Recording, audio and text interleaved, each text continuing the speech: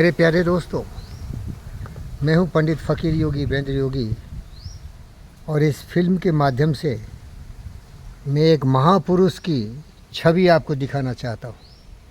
महापुरुष भारत के कोख में पैदा होने वाला और पलने वाला, भारत का भविष्य सूर्य की तरह चमकदार, देश के अंधकार को दूर करने वाला, हर मनुष्य की इज्जत और सम्मान करने वाला, माँ का कोख जुड़ाने वाला, पिता को गौरवान्वित करने वाला, वो महाशेर, वो महापुरुष, वो महामानव, सत्य न्याय प्रेम शांति अहिंसा का दूत बन के भारत की भूमि में जन्मा है। उसका जन्म स्थान है बीबी नगर, यादाद्री डिस्ट्रिक्ट, तेलंगाना स्टेट। प्यारे दोस्तों, नाम बताने के पहले मैं ये बता देना चाहता हूँ कि मैं कभी झूठ नहीं बोलता, किसी की चमचागिरी नहीं करता। आईटी खड़गपुर का मैं पीएचडी किया हुआ हूँ फिजिक्स में, और जीवी कृष्ण रेड्डी जैसे महापुरुषों के साथ में 30-40 साल से काम किया है। सत्यनारायण का दोस्त हूँ, सत्य न्याय शांति अहिंसा प्रेम का पुजारी हूँ। अब चलिए उस महान व्यक्ति के बारे में बताता हूँ। उस महान व्यक्ति का नाम है गोली पिंगल रेड्डी, और मैं उन्हें बोलता हूँ मिस्टर होली, मिस्टर गोली, मिस्टर पिंगल रेड्डी। और मैं उनके लिए इन शब्दों का इस्तेमाल करता हूँ, पिंगल है तो पॉसिबल है, मोदी है तो मुमकिन है। मेरे दोस्त, अभी अभी मैं आया हूँ पिंगल रेड्डी सर के जैन मोंटेसरी हाई स्कूल को देख के। अरे भाई, मैं परेशान हो गया। उसकी इमारत, उसकी बनावट, उसकी मजबूती, उसमें लगे हुए जितने भी स्टील्स हैं, जितने भी मटेरियल्स हैं, बिल्डिंग मटेरियल्स, इतना लाजवाब है कि मैं परेशान हो गया। एक महान व्यक्ति ऐसा बना सकता है। वो पिंगल रेड्डी साहब एक मोनूमेंट बना के छोड़ना चाहते हैं, जिस तरह शाहजहाँ ने ताजमहल बनाया और दुनिया के सारे लोग उसे साथ में अजूबे में गिनते हैं। तो पिंगल रेड्डी साहब के लिए इतनी इज्जत है मेरे दिल में, और मेरा सौभाग्य है कि मैं उसके चरण में समर्पित हूँ। उसका आशीर्वाद मुझे मिलता है। उम्र में बहुत छोटे हो, उनकी उम्र का लगभग मैं डबल हूँ, उनके पिताजी की उम्र का हूँ, स्वर्गीय श्री इंस्पेक्टर प्रताप रेड्डी सर। लेकिन ये महामानव तो मुझे जीत लिया भाई। जब मैं अपने बेटी के लिए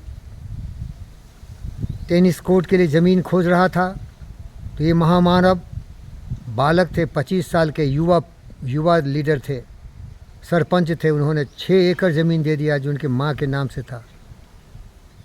मेरी परम पूज्य माता स्वरूपा, मेरी बहन विजय लक्ष्मी मैडम जी, उन्होंने मैडम को भुवनगिरी रजिस्ट्रार ऑफिस ले जाके उसका रजिस्ट्रेशन करा दिया।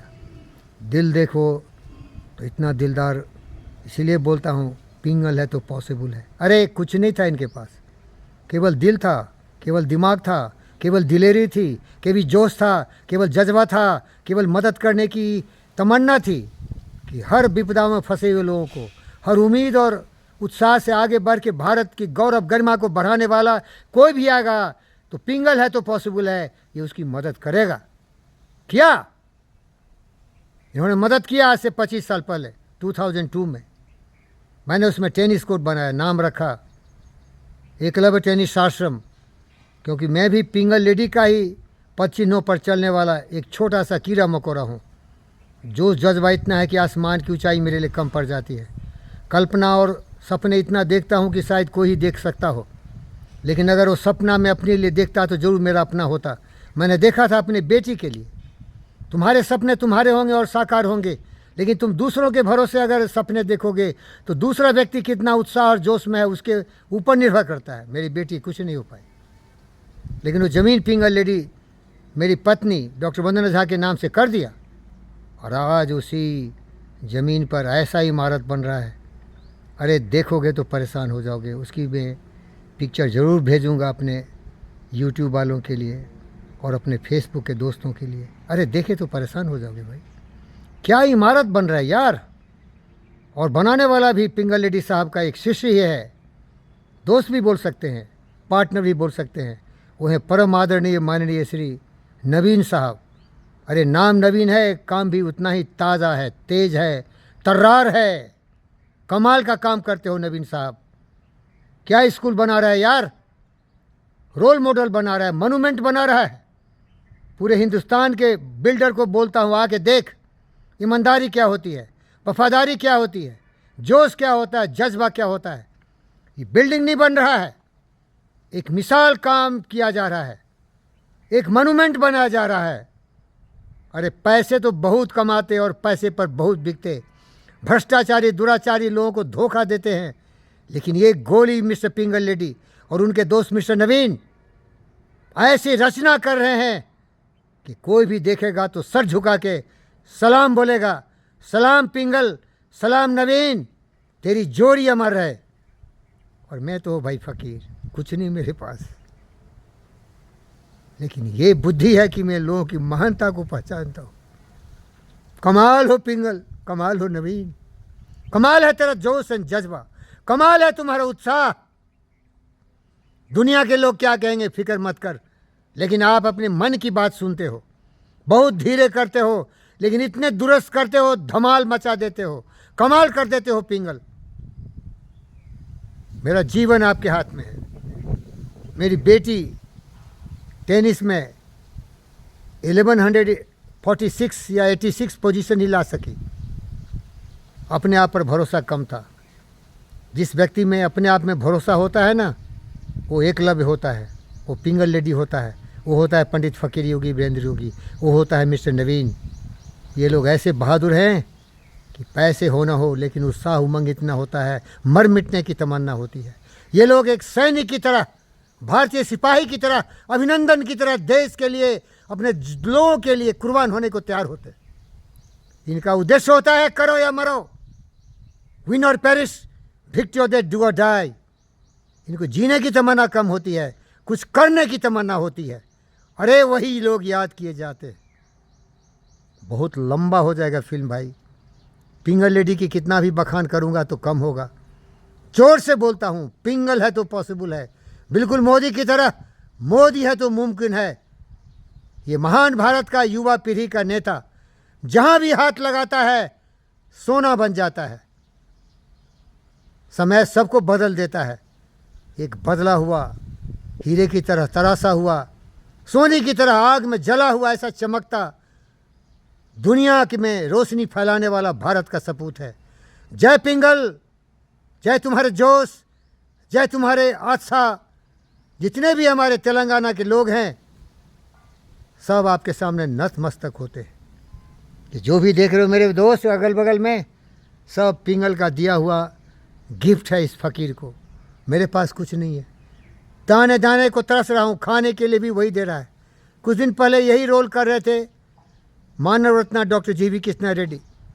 लेकिन सब रिश्ते के एक लाइफ टाइम होते हैं, एक लाइफ टाइम के बाद सब खत्म हो जाता है।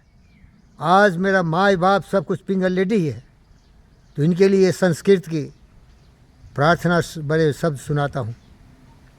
पिंगल लेडी सर, तुम्हें माता च पिता तुम्हें तुम्हें बंधुश्च सखा तुम्हें विद्या धर्मने तुम्हें सर्वम देव देवम। मेरे जीवन के आयु लेके भी जियो, क्योंकि आप में वो जज्बा है, जोश है, उमंग है, उत्साह है, दुनिया के लिए कुछ कर सकते हो। साहस है, साहस इतना है कि ये साहस शायद अलेक्जेंडर को होगा। साहस इतना है जैसे जूलियस सीजर को होगा, जिसने कहा था आई केम आई सॉ आई कंकर्ड। ये साहस इतना है आप में, जो कि बोला था the great Napoleon, the word impossible is found in the dictionary of फूल्स।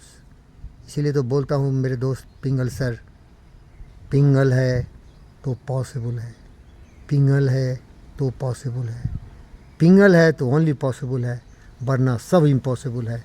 मोदी है तो मुमकिन है। जियो हमारे देश के जोरी, मोदी जीता रहे, पिंगल जीता रहे। पार्टी पॉलिटिक्स छोड़ यार, देशभक्त देश के लिए जीता है। पार्टी तो एक साधन होता है, वो पार्टी से बड़ा होता है, वो पार्टी से बड़ा होता है क्योंकि वो देशभक्त है। पार्टी तो एक संस्थान है जिससे जुड़ना जरूरी पड़ता है, लेकिन व्यक्ति विशेष महान होता है, पार्टी से बड़ा होता है। सुभाष बोस किस पार्टी के थे?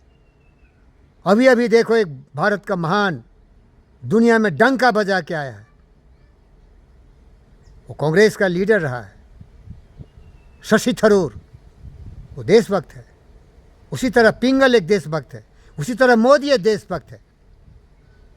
पार्टी से जुड़े हुए हैं, इसका मतलब वो पार्टी का गुलाम नहीं है। जब भी लगेगा कि देश में सहयोग देने में कमी होती है तो आगे बढ़ के आएगा वो, देश के लिए पहले, पार्टी बाद में। फिर से दोहराता हूँ, पिंगल है तो सब कुछ संभव है, पिंगल है तो सब कुछ संभव है, मोदी है तो सब कुछ मुमकिन है। दुश्मन को पछाड़ना हो, असंभव कार्य करना हो, अपने भारत माता को चौथी आर्थिक समृद्धि में लाना हो। 11 से हम 5 में आए, 5 में से हम चौथे में भी आ जाएंगे, क्योंकि पिंगल है तो पॉसिबल है, मोदी हो तो मुमकिन। माफ़ करना मेरे दोस्तों, ये मेरी भावना है, ये मेरी इम्प्रेशन है। मैं जो भी करता हूँ सत्य बोलता हूँ और इसके पीछे बुनियाद है, सारे प्रूफ के साथ बताता हूँ। हवा में बात नहीं करता मैं, क्योंकि मैं हूँ फ़कीर, मैं हूँ बुद्ध, मैं हूँ शुद्ध, मैं हूँ विवेक। सत्य के अलावा मैं कुछ नहीं जानता, और सत्य है उसको मैं बोलता हूँ, क्योंकि सबको बोलने नहीं आता है सत्य। सत्य वही बोलता है जो सत्य को समझता है।